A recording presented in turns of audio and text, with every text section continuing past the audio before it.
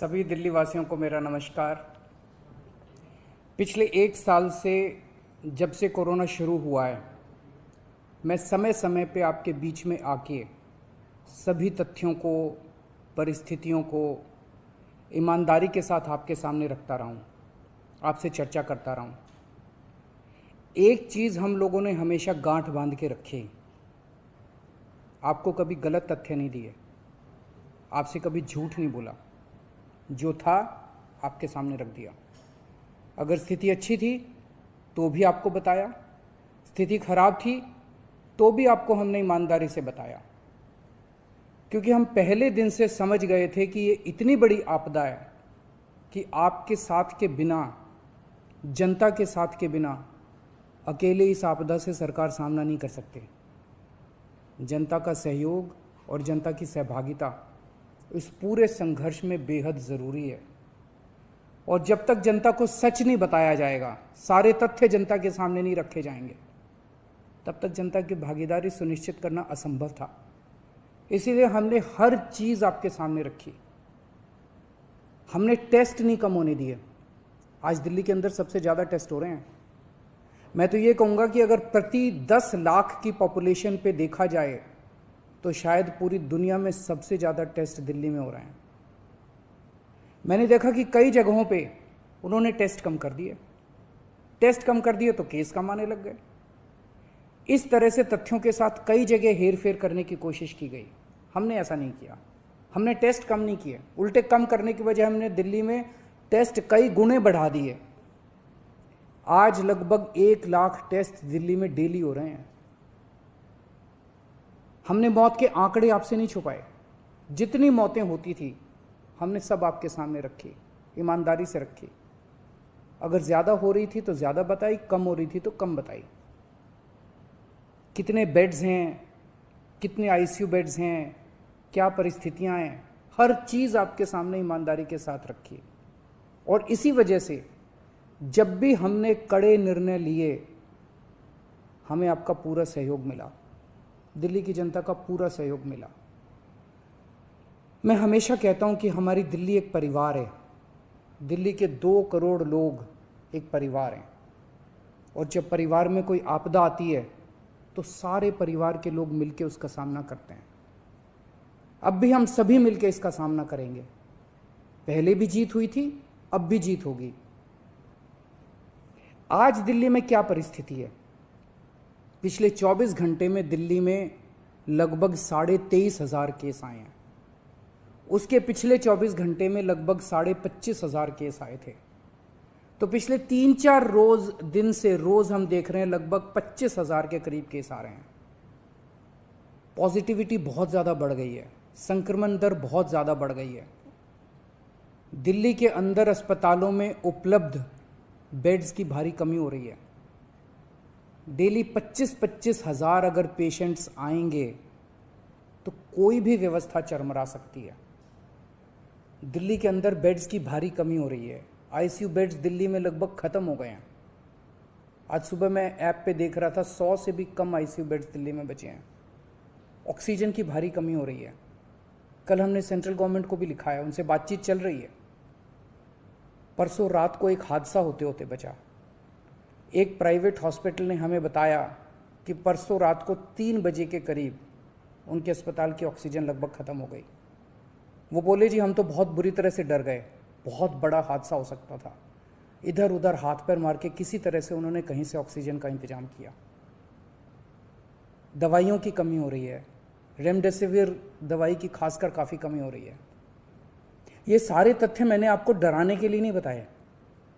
ये सारी परिस्थिति है और इन परिस्थितियों में हमें अब अगला कदम क्या उठाना है, इस पे चर्चा करने के लिए मैंने आपको ये परिस्थिति बताई है।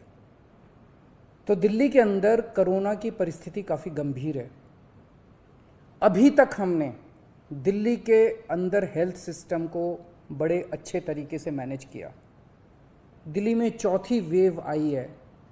पहली वेव पिछले साल जून में आई थी जिसमें 4,500 के करीब केस आए थे। दूसरी वेव आई फिर सितंबर में, फिर तीसरी वेव आई जिसमें 8,500 के करीब केस आए थे। दुनिया के कई शहर ऐसे हैं, बड़े बड़े देशों के, विकसित देशों के शहर, जहाँ 6,000 केस आए तो उनका पूरा हेल्थ सिस्टम चरमरा गया, कोलैप्स कर गया। दिल्ली में 8,500 केस आए पिछली बार तीसरी वेव में, तब भी हमारा सिस्टम कोलैप्स नहीं किया, उल्टे हमने और ज़्यादा अपनी तैयारियां शुरू कर दी। आज 25,000 केस आए हैं। अब दिल्ली का हेल्थ सिस्टम अपनी सीमा तक पहुंच गया है। हमारा हेल्थ सिस्टम अब बहुत ज़्यादा तनाव में है। मैं ये नहीं कहूँगा कि हमारा हेल्थ सिस्टम अभी कोलैप्स किया है, लेकिन आज हमारा हेल्थ सिस्टम बहुत ज़्यादा तनाव में है। किसी भी हेल्थ सिस्टम की अपनी सीमाएं होती हैं। अनगिनत पेशेंट्स तो कोई भी सिस्टम नहीं ले सकता ना। किसी भी सिस्टम की अपनी सीमाएं हैं। पिछले 5 साल में आपकी सरकार ने दिल्ली में बहुत बड़े स्तर पे स्वास्थ्य के क्षेत्र में काम किया है। खूब नए हॉस्पिटल खोले हैं, मोहल्ला क्लिनिक, पॉली क्लिनिक बनाए हैं। बहुत बड़े स्तर के ऊपर स्वास्थ्य के क्षेत्र में काम हुआ है। यही कारण है कि आज 25,000 केस के ऊपर भी दिल्ली का सिस्टम चल रहा है। लेकिन अब इसके बाद अगर तुरंत कुछ कठोर कदम नहीं उठाए गए तो ये सिस्टम कोलैप्स कर सकता है। और अगर हेल्थ सिस्टम कोलैप्स कर गया तो मुझे डर है कहीं बहुत बड़ी त्रासदी ना हो जाए। जैसे मैंने बताया कि कल एक अस्पताल में ऑक्सीजन बिल्कुल ख़त्म हो गई थी और बहुत बड़ी त्रासदी होते होते बची। मैंने वीडियोस देखे हैं, तस्वीरें देखी हैं, आपने भी देखी होंगी सोशल मीडिया पे। दुनिया के कई शहर ऐसे हैं जहां कॉरिडोर में पेशेंट्स पड़े हुए हैं, सड़कों के ऊपर लोग दम तोड़ रहे हैं। अभी तक हमने दिल्ली को उस किस्म की त्रासदी से बचाया है, वैसा नहीं होने दिया। आज सुबह 11 बजे मेरी और एलजी साहब की मीटिंग हुई और इन सारे पहलुओं के ऊपर, सारी परिस्थिति के ऊपर काफ़ी विस्तार से बातचीत हुई। और उस बातचीत के बाद हमें ये लगा कि दिल्ली का हेल्थ सिस्टम बड़ी मात्रा में और अधिक पेशेंट्स अब लेने में असमर्थ है। अगर हमने अभी लॉकडाउन नहीं लगाया तो कहीं ऐसा ना हो कि बड़ी त्रासदी हो जाए। हम किसी भी हालत में दिल्ली को उस परिस्थिति में नहीं ले जाना चाहते जहां कॉरिडोर के अंदर पेशेंट्स पड़े हैं, सड़कों पे लोग दम तोड़ रहे हैं।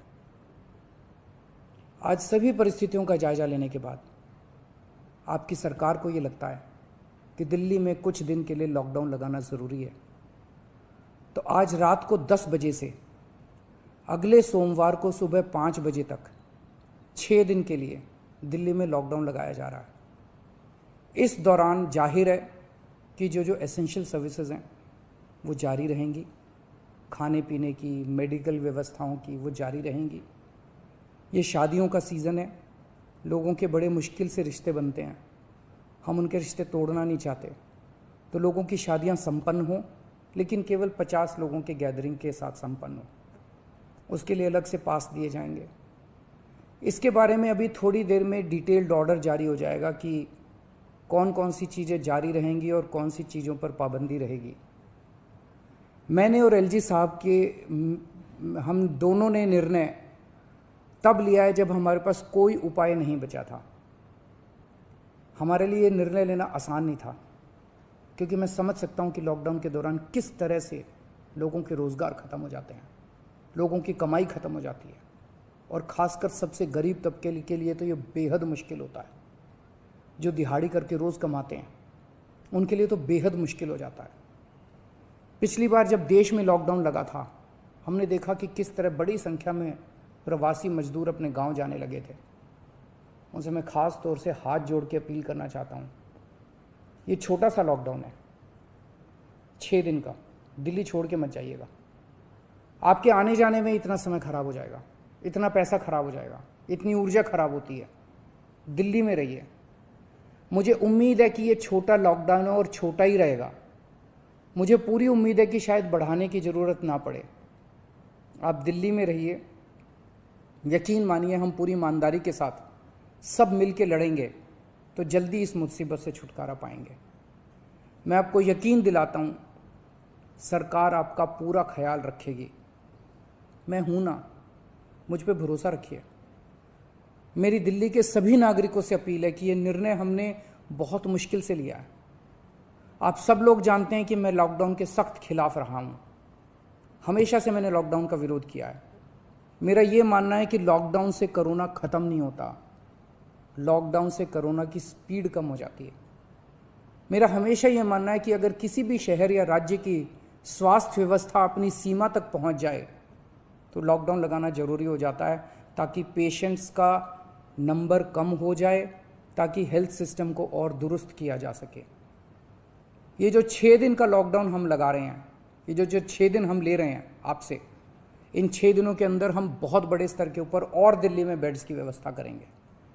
केंद्र से हम मदद मांग रहे हैं, उनसे लगातार संपर्क में हैं। केंद्र सरकार हमारी मदद भी